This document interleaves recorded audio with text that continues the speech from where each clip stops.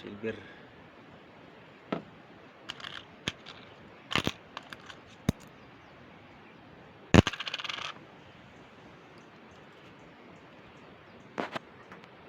Locator.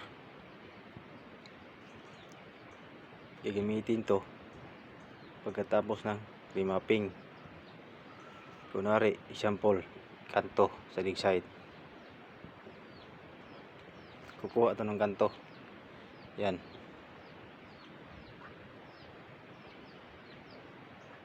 Yan. Kunin mong apat na direksyon.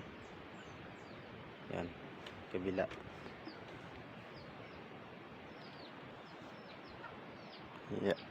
Yan. Dito siya turo sa gitna. Kabila. Yan.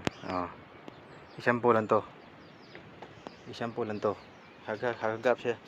Magdiditig talaga to ng gold. Pag nakuha mo ng center, doon papasok ang ikot. Pag nasentro mo ng example lang dig side ito. Example lang. Yan. Doon papasok ang ikot pag nagitna mo. Yan o. Hindi ibig sabihin na dinirect natin.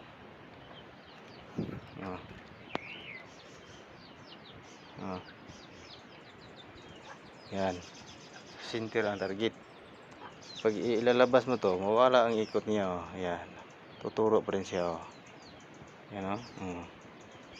Ito silver. Ulit-ulit ko pong sasabihin, hindi tayo gumagamit ng gadget pag hindi tayo nakapag-remap tested.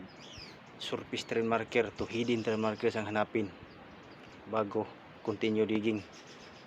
Yan ang tama. Kaya ito magditik. Kaya siya magditik kahit anong gadget magditik. So dapat mag-remap muna kayo mag-remap. Yan o.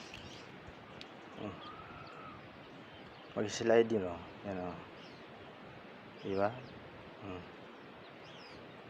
Pag asintir na, ikot talaga siya. Yan. Ikot. Center target. Pag hiwalay mo, mawala. Turo. Turo. Yan.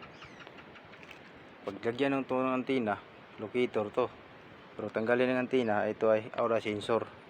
So, hindi to tulad ng iba na maganda tingnan, pangit lang, pero ulit huwag kayong gumagamit ng mga gadget. Dapat remapping mo muna bago mag-gadget detection. Yan lang ang tama. So, yun lang.